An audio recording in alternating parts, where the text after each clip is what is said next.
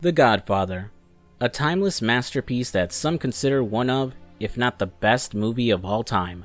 Unlike Scarface, I don't really have a story about my experience with the movie. I feel like I most likely saw it for the first time on AMC, where all the ads pad out the 3-hour runtime to like 5 hours, and because of that I didn't really remember much about the story. I recalled bits and pieces, mostly the more iconic scenes that get referenced all the time in other media. Since I hadn't seen the movie in over a decade, probably longer, I decided to give myself a refresher and rewatch the movie after beating the game. The Godfather debuted in 1972, directed by Francis Ford Coppola. Its story based on a book of the same name by Mario Puzo. The story follows the Corleone family, an Italian mafia family led by Don Vito Corleone, played by Marlon Brando. Set in the late 1940s and early 1950s, it depicts the struggle for power and control of the Corleone family's criminal empire. I'm not going to sum up the entire movie, but to give you the cliff notes, at the beginning of the film, Vito is preparing for his daughter's wedding, listening to and accepting the requests of friends and associates, as no Sicilian can refuse a request on his daughter's wedding day, for some reason. Later on, he's approached by a man known as the Turk, Virgil Sollazzo, who asks for Don Vito's assistance in running his drug trade in New York. Despite the lucrative money it could bring to all parties involved, Vito refuses, which leads to an assassination attempt on his life. As he recovers from his injuries, his oldest son, Sonny, played by James Caan, and later his youngest son, Michael, played by Al Pacino, step in to help protect the family and take revenge on their enemies, causing an escalating gang war that will take the lives of many, and eventually solidify Michael's place as Don of the family, and the Corleones as the most powerful mafia in New York City. It's an incredible movie that explores themes of loyalty, family, power, and corruption. One that I really can't do justice myself in summarizing or reviewing, and I recommend watching it yourself. Now, after the massive success of the GTA games on the PS2, during the 6th generation of consoles, rival developers were scrambling to catch up to Rockstar, and create their own open sandbox crime games. And one way to get a leg up on the competition would be to attach your game to an existing license. And what better property to make a game out of than the best movie of all time? A GTA-like game set in New York during the 1940s and 1950s, featuring a mob war between competing mafia families, with Marlon Brando, James Caan, and Robert Duvall all returning to reprise their iconic roles and provide their likenesses for the game. And EA even managed to acquire the rights to Nino Rota's score from the film in order to use in the game. All these factors would surely create one of the best games of all time, easily rivaling and surpassing Grand Theft Auto. Right? Right? Well, let's find out. Oh, and just a heads up, I'm playing the PS2 version of the game for this video.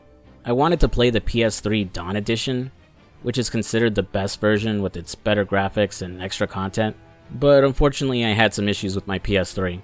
I will bring up the differences between the different versions of the game though.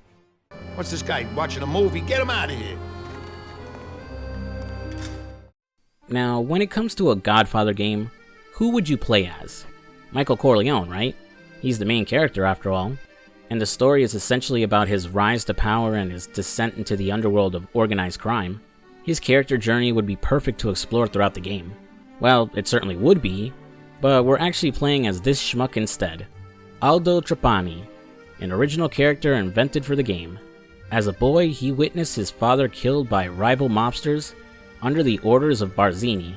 Vito Corleone, his father's boss and friend, would console the boy and tell him to hold on to his hatred, so that he can one day get his revenge. 9 years later, on the day of his daughter's wedding, Don Corleone would be approached by Aldo's mother, Serafina. She begs the Don to help Aldo, to save him from falling in with the wrong people and a life of petty crime.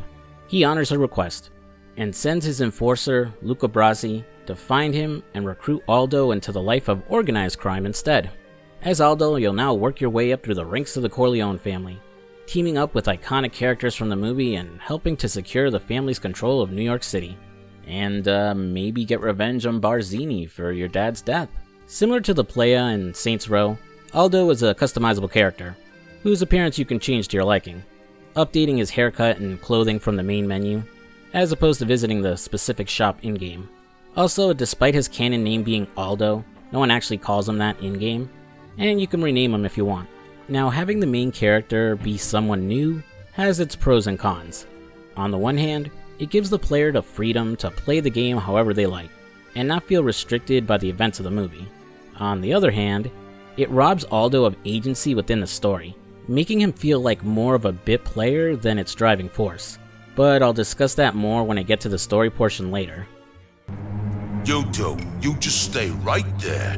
You're gonna help me teach the kid how to look after himself.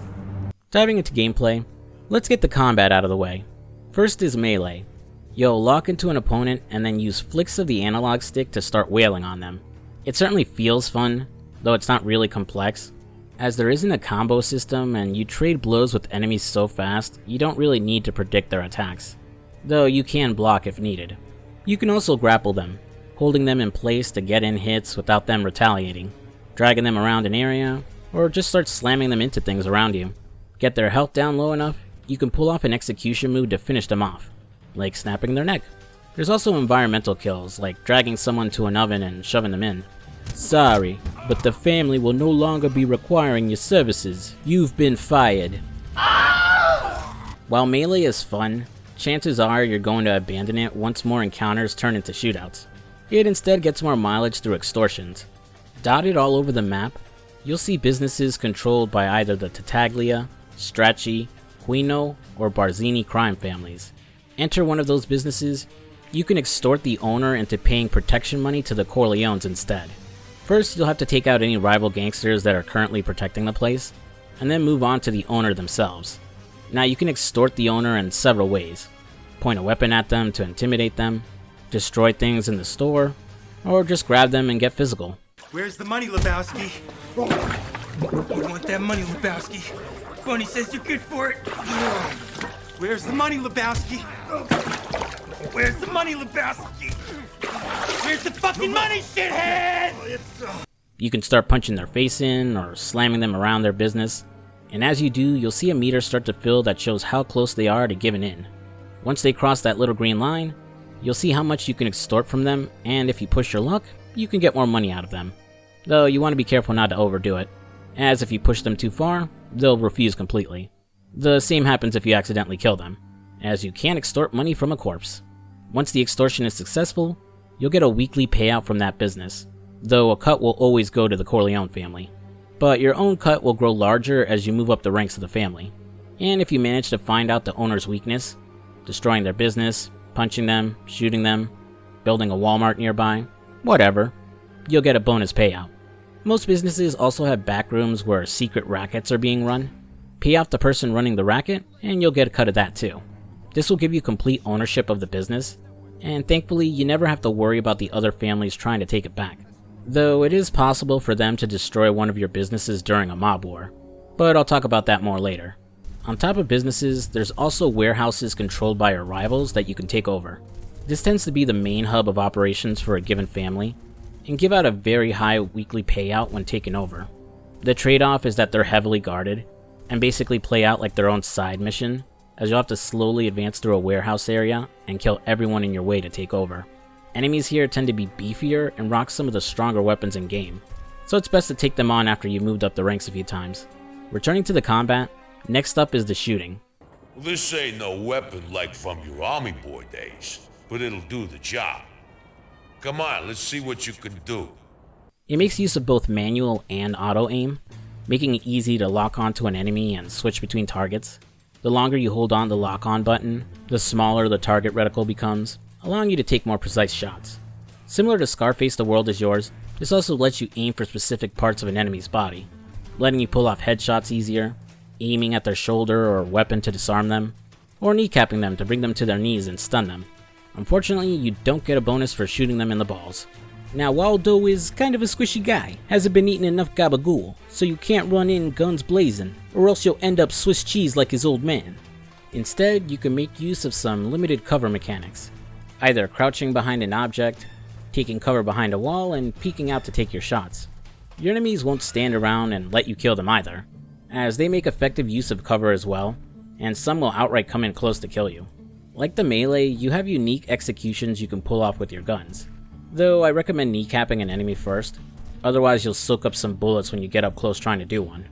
The weapon selection is a bit limited, mostly because of the time period the game takes place in, but they get the job done, giving you some melee weapons, a snub nose, pistol, magnum, shotgun, and a Tommy gun. Now, unlike other games in this genre, there isn't a weapon store you can visit to buy more guns. Instead, you have to seek out black market dealers who are scattered across the map, marked off by a black diamond or a picture of the gun they sell.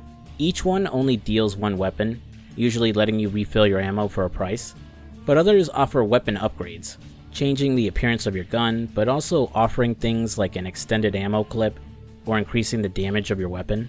These weapon upgrades will be marked on your map with a picture of the weapon in question, along with 2 or 3 stars next to it, indicating the upgrade level.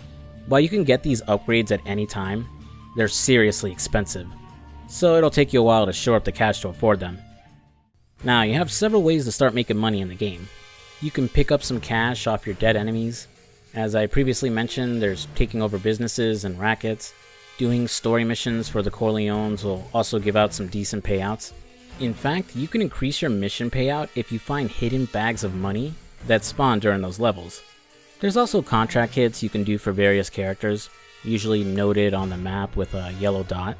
Head to the dot and speak to the person there. They'll ask you to kill someone, usually a high-ranking member of an enemy family, who will now be marked in yellow on the map. Killing them will give you a decent payout of cash and respect, but if you kill them in the manner the person asked for, using a specific gun, melee only, setting them on fire, etc., you'll get a much bigger payout. Typically, the person you're after does have some backup, so it isn't always easy, but the requirement to get the bonus pay is accommodated. For example, one guy I had to kill by setting him on fire, and he just so happened to be standing by explosive flaming crates when I went to collect on his head. There are also safes you can find in the back room of businesses that you can rig with dynamite to blow up and take its contents. And finally, you could just straight up rob a bank. Each borough has its own bank, marked off with a $sign on your map. Heading inside, you need to find the main vault, blow it open with dynamite, then steal the green and fight your way through the bank's security. Then you have to make it to one of your safe houses to succeed. But this will get the attention of the cops, making it difficult to escape, especially if you don't have a safe house nearby and have to drive out to a far one. Ideally, what you want to do is bribe a cop or police chief beforehand to keep the heat off you. You can sometimes find a cop to bribe just hanging out in front of those banks, but they're also marked off on your map, symbolized with a police badge. After robbing a bank, you won't be able to hit them again until an in-game week has passed, but you'll get the same payout each time you visit again. Or you could just hit all the banks on the map in one run. The game's version of New York has 5 different areas you can visit: Little Italy, Brooklyn, Midtown, Hell's Kitchen, and for some reason, New Jersey. Each one has its own distinct look and feel to it, faithfully capturing the time period the game is set in, though the overworld is much smaller than it appears, as the long tunnels and bridges connecting the various areas make it feel a lot bigger than it actually is. Not helped by buildings you'll see while traveling, but can never actually go and visit. Each area will have safe houses you can purchase, making it easier to save or escape the heat after completing a mission. The cost of safe houses vary by area and how upscale they are, but outside of 100% completion, I wouldn't bother buying each one and instead get the most affordable one in a given area. At your safe house you can save the game, answer the phone when it's ringing to advance the story and mark the next main mission on your map, and heal yourself up with a bottle of tonic next to your bed. Though you can also visit a doctor's office to heal yourself for $100. The bigger safe houses will also let you restock the ammo for your weapons, so you don't always have to spend cash to go find a black market dealer. Also, for some reason, there's usually 2 women in a room nearby dancing in lingerie. You can flirt with them for an increase in respect, but otherwise there isn't anything to them other than eye candy. That reminds me, I really love that vintage lingerie that they're wearing, like those old school pinup girls. That look should really make a comeback. Get on it, e-girls of the internet. Now, you don't want to walk around from place to place, as it'll take forever and you don't do enough cardio, so you're going to need to get yourself some wheels. Driving in the game could feel a little awkward at first, as the car tends to try and center itself when you make a turn or drive around other cars. There isn't a lot of variety to the cars, again, mostly because of the time period, but they're serviceable. Most have decent speed and you can easily hijack one from any passing civilian. They're built pretty beefy and can soak up a lot of damage before they burst into flames and you need to get out. Though annoyingly, you can't bail out of a car and have to come to a complete stop in order to get out. On the upside though, it's a pretty generous window before the car explodes after catching fire. I'd say my only gripe with the driving in this game is that the streets feel way too narrow, and it can be tough to drive around other cars in front of you, especially at high speeds when you're trying to outrun other gangsters or the cops. Now, all the murder and destruction you commit in the name of the Corleone family isn't without its consequences. Like I previously mentioned, you'll get the attention of the cops the more you commit crimes, with them shooting you on sight and chasing you relentlessly through the streets of New York, easily mitigated by bribing a police jeep. But you also start increasing your vendetta with the rival mob families. The more you kill them, take over their businesses and warehouses. Once the vendetta meter with them fills up, you'll officially start a mob war. This causes the rival family to spawn everywhere and shoot Aldo on sight. A timer will now be in place, giving you a certain amount of time to go and bomb one of the businesses they control in order to end the mob war. If you don't, and the timer runs out, they'll bomb one of your businesses instead, eliminating the payout you get from that business for a week. However, you have a different and frankly much better way of ending the mob wars, as scattered across the game you can find FBI agents you can bribe. They're marked on the map with FBI badges, and can be tough to spot, as they'll either be hiding in the corner of a building or down in its basement.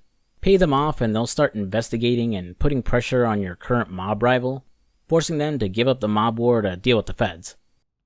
Now, everything you do in the name of the family will increase your respect and ranking with them. Your ranking in the family only goes up after reaching certain parts of the story. Every new rank will give you a bigger cut from the businesses you took over, along with multiplying the amount of respect you earn. You'll gain respect from just about everything you do in the game, from killing rival mobsters, taking over businesses, completing story missions, or flirting with women. There's something special about you. Your eyes, maybe? Ooh, don't stop. I like the way you talk. Respect is basically your experience points, and once you collect enough, your respect level will go up, and you'll earn a skill point you can spend to improve all those abilities. First there's fighting, which increases your melee damage, how long you can grapple an enemy, and how much pressure you put on someone when extorting them. Then shooting, which increases your aiming speed, precision, and the chance you can disarm someone when shooting them. Health, which increases your max HP, the speed of your health recovery, and your blocking defense. Speed, which increases your sprinting stamina, attack and movement speed, how fast your weapon reloads, and how fast you can reveal or conceal a weapon. And finally, street smarts, which lowers the heat and vendetta you earn, how long you see a person's breaking point when extorting them, increase your carry limit for bombs, dynamite, and molotovs, and also lets you steal parked cars without getting attention. There isn't a right or a wrong way to choose what stat to increase, and really comes down to how you want to play. Does Aldo take after his old man too much and dies too fast in shootouts? Then invest in his health. Is it taking forever to extort businesses? Then invest in your fighting skills. Do you feel like a sitting duck wearing concrete galoshes every time you need to reload? Then invest in speed. You can earn enough skill points to max out each stat, but it's not really necessary, and you'll do fine even if you dump all your points into one stat. Now, one quick little thing to go over before I get into the story, and that's the differences between the versions of the game. When the game was ported to next-gen systems, other than the enhanced graphics, it added some more story missions, more contract hits, favor and merchant missions, a few new weapons, and the big one, the ability to hire a crew. Now you can recruit various NPCs to assist you in fights against the other families. This also gives a purpose to the lingerie-clad women who live near your safe houses, as there's some of the better NPCs to recruit to your crew. Also, the Wii version, referred to as the Blackhand Edition, added motion controls to the game. So if you wanted to exhaust yourself after beating someone up in-game, now you can. Then there's the PS3 version, or the Dawn Edition, which has everything the previous version had and more. It adds even more hit missions, level 4 weapon dealers, new businesses and hubs to take over, blackmail missions for police chiefs, along with various tweaks to the layouts of some levels, character dialogue, and updated character models, along with increasing your crew size from 1 NPC to 3. While the Dawn Edition is agreed to be the best version, I recommend playing whatever version is most convenient for you. While the various versions do add more to the game, the story still remains the same, which brings me to my biggest criticism of the game. Don Corleone. How are you? Here's a week's take. Nice. Good week, huh? Yeah, some high rollers. I'm gonna celebrate tonight, taking Serafina to the Continental Club.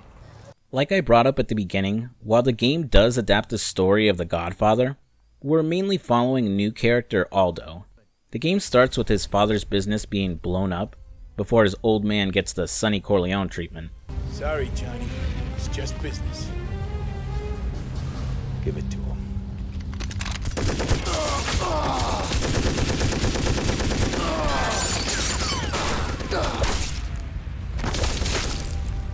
Vito Corleone tells the boy to hold on to his hatred so that one day he can get his revenge on the man responsible, Barzini.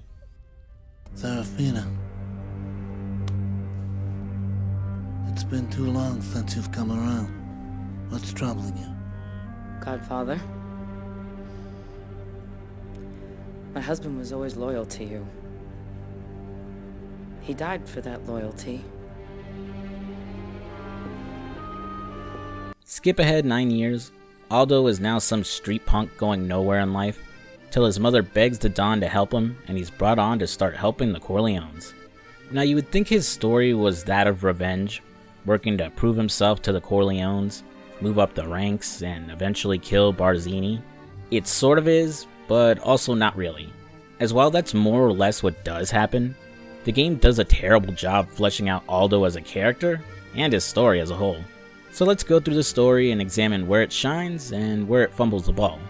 After Serafina asks the Don for his help, he sends out his top enforcer Luca Brasi to go collect Aldo.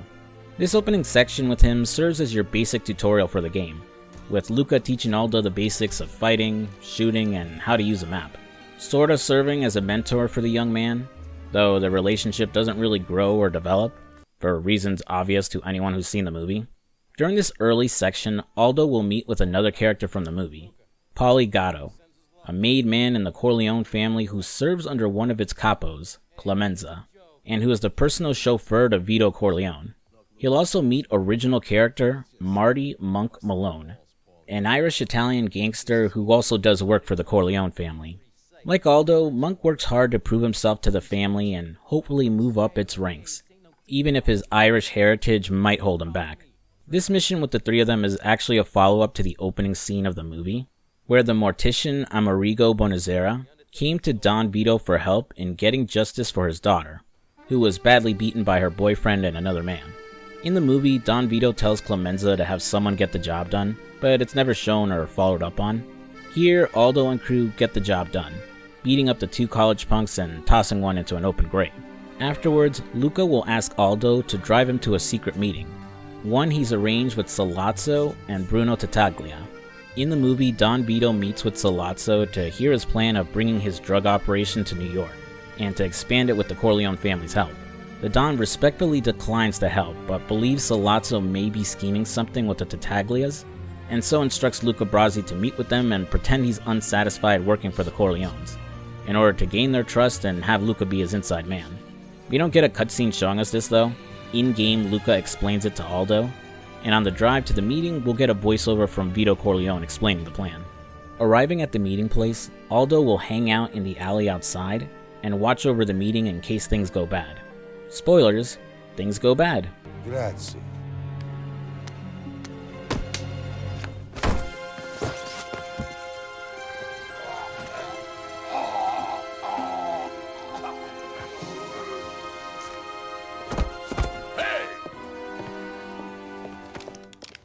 Aldo will run from the Tattaglias and back to his safe house to call Monk to tell him what happened.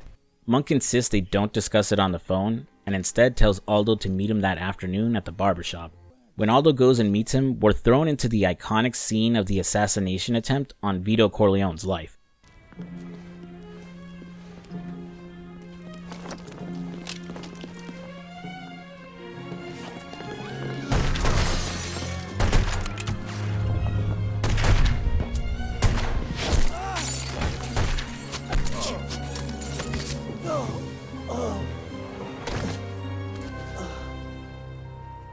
I'm calling the ambulance, Monk. No. You'll be all right.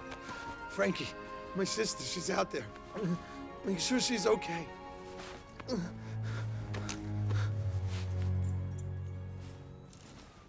Monk will get injured in the crossfire, and you'll have to fight back against the hitmen and save his sister Frankie's life.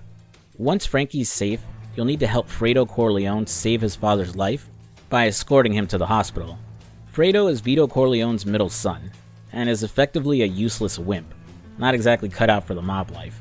It's his incompetence that ultimately let the assassins even have a shot at taking out his father, as his regular driver Paulie called out sick. Anyways, here's Fredo shooting up our pursuers as we try to save his dad. Jeez, where was all that aggression when they were plugging your old man?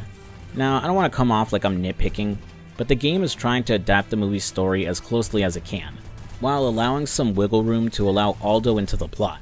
So it's kinda expected they would need to change certain things in order to allow it to work as a video game. But this flip in Fredo's character is just super jarring, as the whole assassination plot hinged on the fact that Fredo would be driving for his father, and he'd be incapable of protecting him. In the movie, he basically crumbles to pieces after the hit, just sobbing on the street over what he thinks is his dead father. So it just doesn't gel with his character that he'd grow a spine so fast, and honestly it doesn't even need to be here. Like Luca Brasi temporarily being your mentor, I get the idea that it's meant to be the thrill of your character teaming up with someone from the movie, but who's going to be excited to be teaming up with Fredo of all people? It would have made more sense to have Monk be the one shooting, the two of you acting as escorts to protect the Don and Fredo. In fact, it would have worked to flesh out Monk's character, and maybe justify certain things that happen later. I'm not going to gripe on every little change that pops up, but moments and missed opportunities like this one will help better explain my issues with the game's story. We need some help here.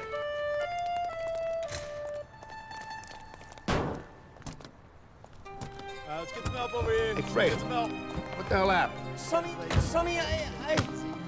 Getting the Don to the hospital, we briefly meet Sonny Corleone, Don Vito's oldest son, before filling in Clemenza that the family's consigliere, Tom Hagen, was grabbed by Sollozzo and his men. He invites Aldo to the family compound, and Tom has already been freed by Sollozzo as he's there to greet us. As thanks for getting the Don to the hospital safely, he promotes Aldo to become an enforcer in the family. Tom Hagen is the family's lawyer, consigliere, and the adopted son of Vito Corleone, who was living homeless on the streets as a kid until Sonny brought him home and convinced his father to let him become part of the family. Tom handles all the affairs for the family, arranging meetings with rival mob bosses, offering advice to the acting Don, and occasionally going out to convince others to accept offers from the family. It's not really explained or shown why Sollozzo kidnapped him in the game, but in the movie it was to get Tom to convince Sonny not to escalate into a gang war and instead accept a drug deal. Sonny will not take that advice. Afterwards, when Aldo speaks to Clemenza, he's sent to the hospital to keep an eye on Vito Corleone, and he bumps into Frankie again, who's visiting her brother. Hi. Guard duty, huh? Yeah, you? I'm here to see Marty. Listen, thanks. There's nothing I hate more than playing the damsel in distress, but I appreciate what you did. I guess I better go in. Oh, the irony. Seems she and Aldo are starting to get a thing for each other. Sure hope it doesn't turn into a poorly fleshed out romance. After checking in on her and Monk, an assassin drops into the hospital trying to finish the job on Vito Corleone. Killing him, we're then introduced to this guy. Who are you? Who are you? I'm Michael Corleone. No, you ain't! Yeah, well, let's go ahead and address the elephant in the room. The fact Michael looks and sounds nothing like he does in the movie. I'd say almost all of you know this by now, especially if you saw my Scarface video, but Al Pacino did not give the rights to his likeness for this game.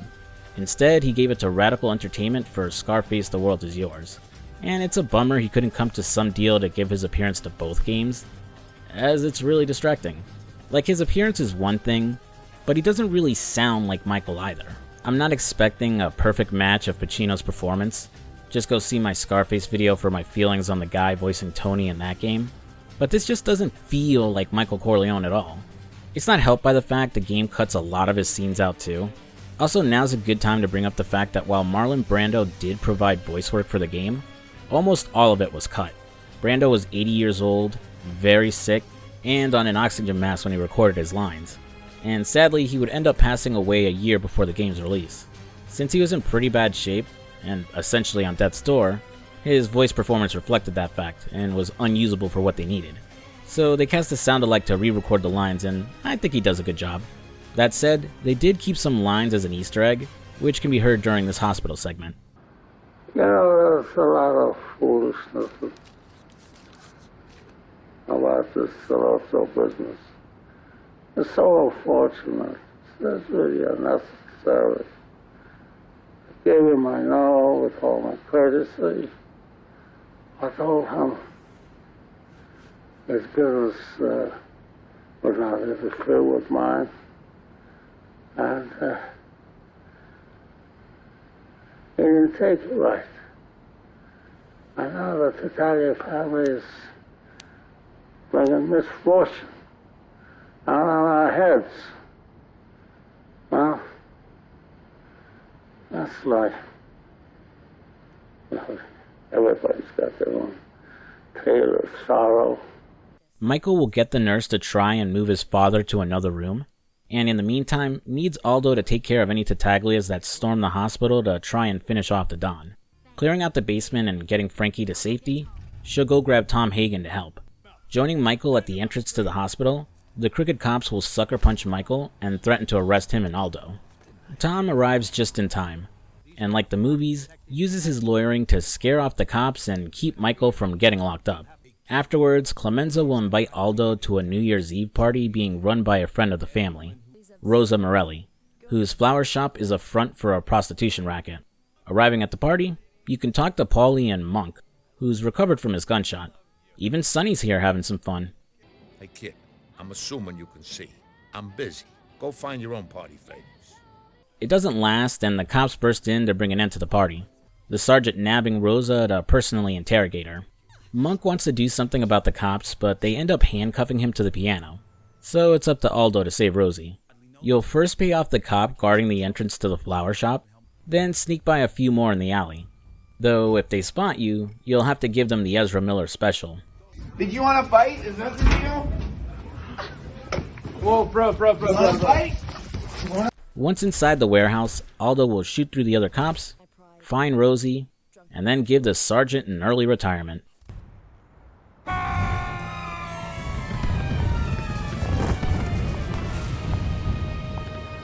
He was drunk. He fell.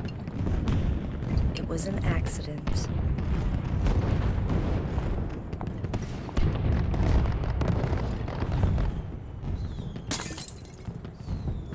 It's funny that we're even bothering to cover up his death, considering all the cops I just killed on my way up to him, but whatever. Returning to the compound, Sonny ignores Tom's advice and has decided on an all-out war, unless the Tattaglias give up Salazzo. Also, Tom promotes Aldo to an associate of the family. Geez, that was fast. It's been like, 2 missions since he promoted him to enforcer? Yeah, Aldo protected the Don again and helped out Michael, but it still doesn't feel like we've done much to earn that promotion. Man, I feel bad for any guy who's been busting their ass for the family for years, only to see this kid get promotions left and right. Could drive a guy crazy. Later on, I meet up with Clemenza outside his house in Brooklyn. Sonny has figured out that Paulie is a traitor, as he set up Vito for his assassination by calling out sick at the last minute, ensuring that Fredo would be the one driving his father that day. It's our job to kill him now, but before we do, we'll team up with him and Clemenza to blow up a bar owned by the Tattaglias. Afterwards, we get an extended version of the scene where Paulie is executed, but instead of shooting him in the car, we have to chase after him and kill him in a yard full of shipping containers.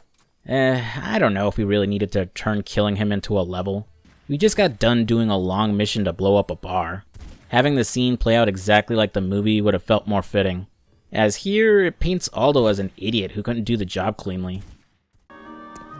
Leave the gun. Take the cannoli. After being picked up by Rocco and escaping the cops, Aldo will be given Paulie's apartment as a reward.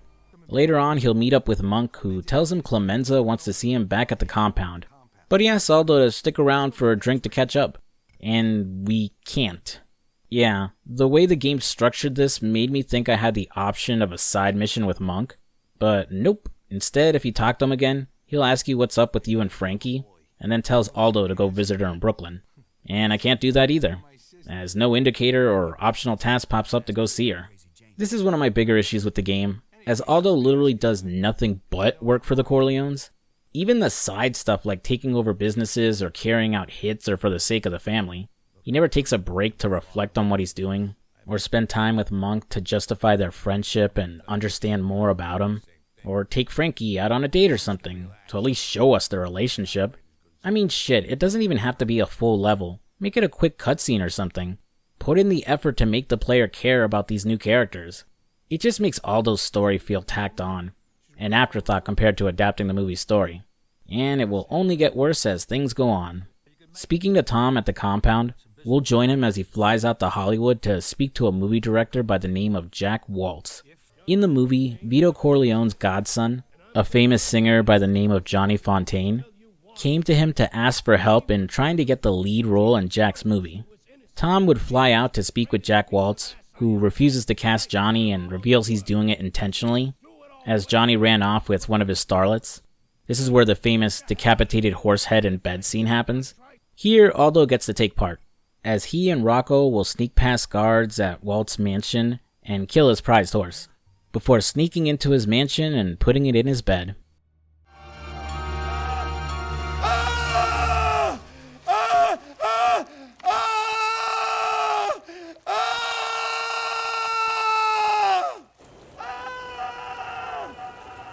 While it doesn't break the pacing of the game, I should point out that this scene happens much earlier in the movie, and before Don Corleone gets shot.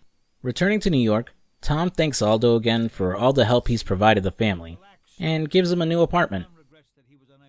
Surprised, huh? I'll say. I thought maybe I was gonna get whacked. Hey, and who says you ain't gonna get whacked?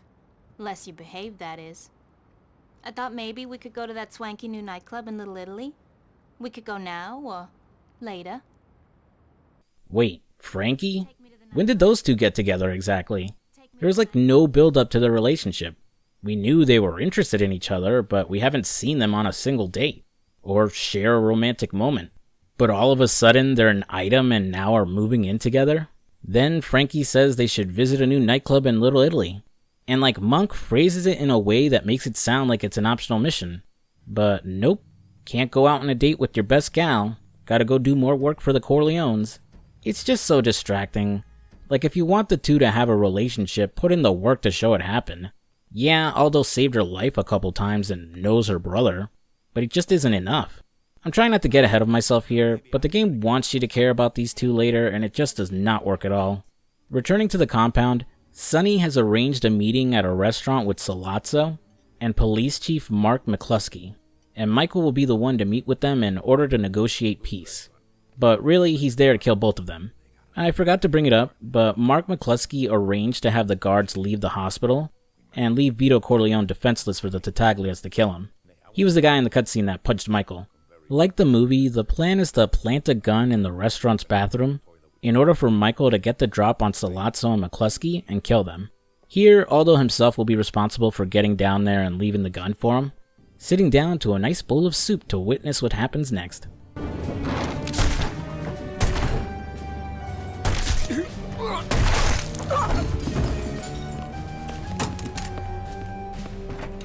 Afterwards, he'll have to help Michael escape while he fights off his pursuers. Like Fredo, it's another jarring moment. In the movie, Michael is characterized as someone trying to stay out of the family business, and while he served in the war, presumably killing people, him taking out Sollozzo and the police captain is a lot more personal, and represents him finally falling into the mob life. So it's a very big shift in his character arc, and it just feels weird to have him go crazy with a machine gun literally a few seconds after it happens. Again, the devs had a very easy workaround, and that's Monk. He could have showed up to pick up the two, shoot at anyone chasing them while Michael sat in the car and Aldo drove. This was also another opportunity to flesh Monk out a little more, as he's basically done jack shit since we first met him and beat up those college kids. Escaping the Tattaglias, Michael will board a ship heading for Sicily, having to lie low to avoid retaliation against him. The movie would follow Michael while he's hiding, but in-game he's just written out of the plot till the last third of the game. Returning to Tom at the compound, he tells Aldo that he's now a soldato for the family, with Don Corleone officially making him a made man. I now invite you to be reborn as one of us. Yes, Godfather. You are now one of our qualified men. Cleomini Qualificat. Please, introduce yourself to your brothers. Hey, hotshot. Congratulations. Hands high. Good for you, kid. Gentan. Glad you're on our side. Alright, I did it. I finally made it to the top. I should go home and tell the love of my life, Frankie. Hey, hotshot. Glad you could make it.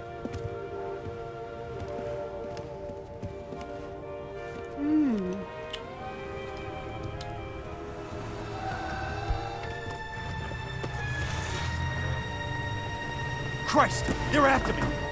Get out of here.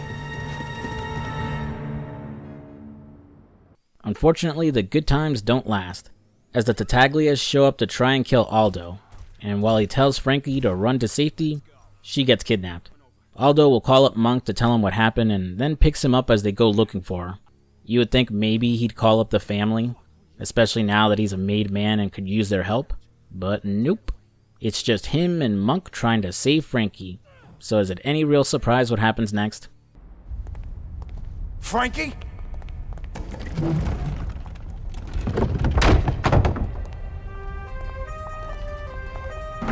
Ah, there you are. Frankie! Oh, God. Where were you? I got you now, honey. Why didn't you come? Don't let go.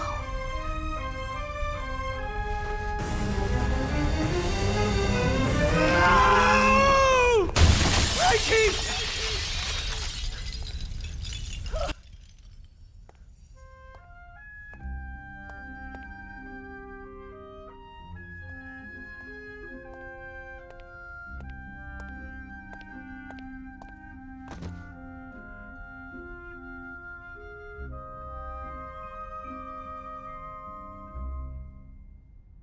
Are you starting to understand why I was so annoyed that Aldo and Frankie had this off-screen romance?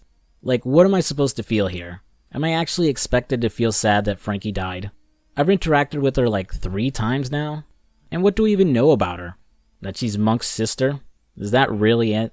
Christ, the optional girlfriends in San Andreas had more depth to them. Aldo's story and all the characters in it feel so half-assed and pointless. They're not fleshed out and can be removed from the game and have zero impact on the plot. Like, yeah, I get it, the appeal of the game is getting to live out the events of the Godfather. But in that case, Aldo should have been a nameless mute like Claude in GTA 3. Having no story for him would have been much less distracting than the unfinished, cobbled-together story they gave him instead. I know a lot of things were changed during development, and certain things had to be stripped back to make the release. If I remember correctly, the ability to recruit a crew was meant to ship with the original version of the game before it got cut. So chances are Aldo and whatever bigger plans the devs had for him had to be scaled back, explaining his milquetoast personality and his lack of agency to the main narrative. This was the point I stopped caring about the story, and decided I needed to rewatch the movie, because the game just doesn't do it justice. So I'm going to speedrun to the end of the story here, as not much happens outside what you've seen in the movie. After Frankie dies, we hunt down and kill the man responsible, Bruno Tattaglia.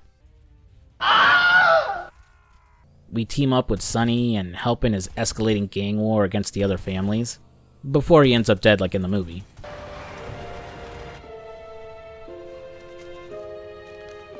Son of a bitch. Come on, come on.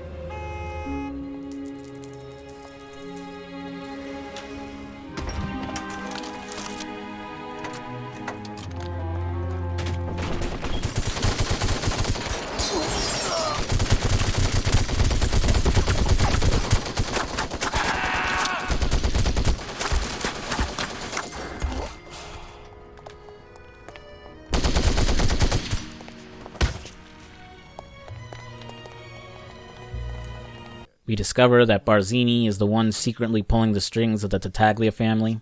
Michael returns from Sicily, becomes acting Don, and promotes Aldo to his capo. Aldo finds out Monk betrayed the family and is ordered to kill him. He lost his mind after losing Frankie and became frustrated he's unable to move up in the family because of his Irish heritage. Nothing that is ever shown or explained properly, so who cares? See you in hell, Monk. Next up on the chopping block is Tessio, who betrayed the family for Barzini, which is explained and shown so much better in the movie. Also, Vito Corleone dies off-screen. We don't even get like a cutscene showing it. Then finally, Michael solidifies his grip on New York by having the leaders of the other families all assassinated at once, while he's being baptized and made Godfather to his sister's son. I will say I actually like this final mission, as it has Aldo racing around the city to back up and assist in killing those mob bosses, teaming up with the guys who actually did the hits in the movie. He even gets revenge for his dad by personally killing Barzini. I knew it. I knew it would be you.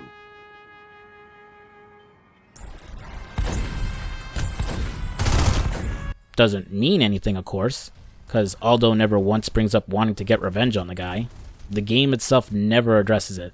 All you get is this one scene where Aldo is grilling Barzini when the heads of the family sit down to make peace.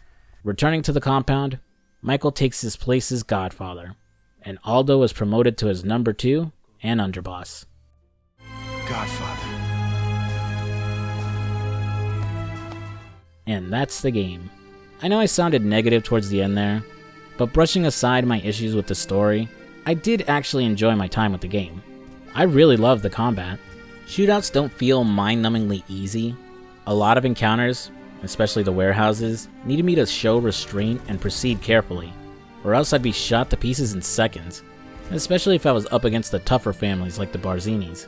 Extorting businesses and taking them over was a nice addition, and feels like the best version of the turf mechanics from San Andreas and Saints Row, as you didn't have to protect your business after acquiring them, and you weren't forced to take over the entire map to proceed the story.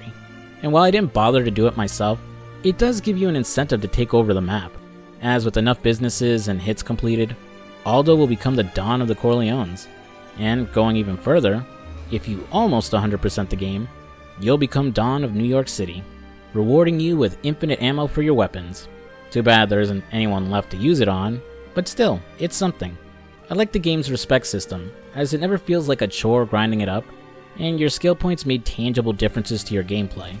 I personally feel that your rank should have been attached to your respect level, as it doesn't really feel earned when it happens automatically during the story, and it could have been another way to incentivize the player to go out and take over businesses. I do think the game is overly generous with its cash payouts though, especially once my weapons could be refilled at a safe house, as there wasn't much to spend cash on outside of the weapon upgrades. I like their take on 1940s New York, but I feel like the different areas are too spread apart from each other just so they can feel bigger. Also, the New Jersey area feels pointless, mainly because the main story never forces you to go there, so outside of doing the contract missions or taking over businesses, it's just filler. Really, the big blemish on the game is the story. I won't rehash everything I said before, but Aldo sucks. His story gets no focus, and really all you'll care about is the movie story. And even that has some issues, as it cuts out characters and subplots, so there's several things you won't understand unless you watch the movie. And that's my biggest takeaway from the game. It's a serviceable and fun game, but it doesn't do The Godfather justice. Unlike Scarface: The World Is Yours, which worked as a sequel to the original movie, this game couldn't deviate too much from its source material, and the places where it could didn't make sense or really came up short. When it was released, it was reviewed fairly well, and sold over 1 million copies in like 2 weeks. It was even the most rented game at Blockbuster the month it was released, which is surprising because I could have sworn Blockbuster was dead by 2006. It did so well that EA was even comfortable greenlighting a sequel, which I had no clue existed until I started work on this video. If you played it, let me know if you think it's better or worse than the original. Maybe I'll take a look at it myself in the future. I think the game is good, just not great. If you want a game with a well-written story following someone's rise through the mob, well, play Mafia instead. It's everything Aldo's story could have been, and I'll be making a video on it myself in the future. But The Godfather, the game, is worth trying out. Just make sure you watch the movie. And that's the video. Thanks for watching, guys. You know, you'd think I'd get bored playing all these GTA-like games back to back, but it's actually made me realize just how different they all are from each other. Feels like gaming journalists, way more often than not, will write off something as a clone of something, without actually bothering to engage with what makes these games different. It's kinda why I'm avoiding calling them GTA clones, and trying to stick with something like Crime Sandbox or Crime Sims, though GTA-like still sneaks into my scripts. Next up on the block is Vice City Stories. Really excited to play this one for the first time. Going to be spending this entire week playing, since I took some time off from my day job for my birthday. I might have one more video at the end of March after Vice City Stories, but I'll see if I can manage it. I'm also using this time off to try and cut down on my backlog. Almost finished with Like a Dragon Ishin and Hogwarts Legacy. I also really want to get around to starting Atomic Hearts, though I don't know if I'll get far before Resident Evil 4 Remake drops next week. But again, thanks for watching, and thanks for helping the channel reach 20,000 subs. I know I bring it up every time my channel hits a new milestone, but you have no idea how much it means to me. It may seem small compared to other gaming channels, but I never pictured ever reaching a number like this, let alone that my channel has several videos with over 100,000 views. Really makes me feel like somewhere down the line, I can really do this full time. So thanks again. If you enjoyed the video, give it a like and comment down below. How do you feel about the game? Do you agree with me about its story, or do you ignore it and just enjoy the gameplay? And if you're new to the channel, I'd appreciate it if you subscribed. I debated bringing back my Twitter, but I'll be honest, I would rather stay off that site and only use it when communicating with my artist. But if you want to follow me on my other social, you can follow me on my Instagram. I'll link it down below. Right now, I just use it to announce videos and show off new figures or games I'm playing, but not for the channel. But I'm going to try and do a little bit more with it. And check out the rest of my videos if you haven't already. I'm FuzzySlippers, and I'll see you later. Peace.